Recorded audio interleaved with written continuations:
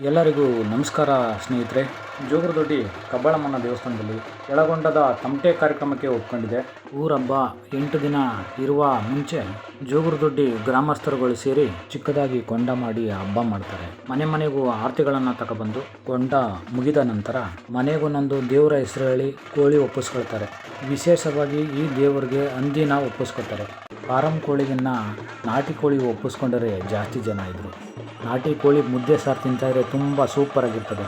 ಆಗಿನ ಕಾಲದಲ್ಲಿ ಎಲ್ಲರ ಮನೆಯಲ್ಲೂ ನಾಟಿ ಕೋಳಿಗಳು ಸಾಕ್ತಾಯಿದ್ರು. ಊರ ಹಬ್ಬ ಬಂದು 3 ದಿನ ಕಾರ್ಯಕ್ರಮ ಮಾಡ್ತಾರೆ. ಬಸವಣ್ಣನ ಕೊಂಡ, 2ನೇ ದಿನ ಕಬ್ಬಾಳಮ್ಮನ ಕೊಂಡ ಮುಗಿದ ನಂತರ ಎಲ್ಲ ಅಕ್ಕಪಕ್ಕದ ಗ್ರಾಮಸ್ಥರಿಗೆ ಹಾಗೂ ಊರಿನ ಗ್ರಾಮಸ್ಥರುಗಳಿಗೆ ಹಂದಿ ಮತ್ತು ಚಿಕನ್ ಮಟನ್ಗಳನ್ನು ಕೂದು ಅಡಿಗೆ ಮಾಡಿ ಸಾವಿರಾರು ಜನಕ್ಕೆ ಊಟ ಬಿಡಿಸ್ತಾರೆ.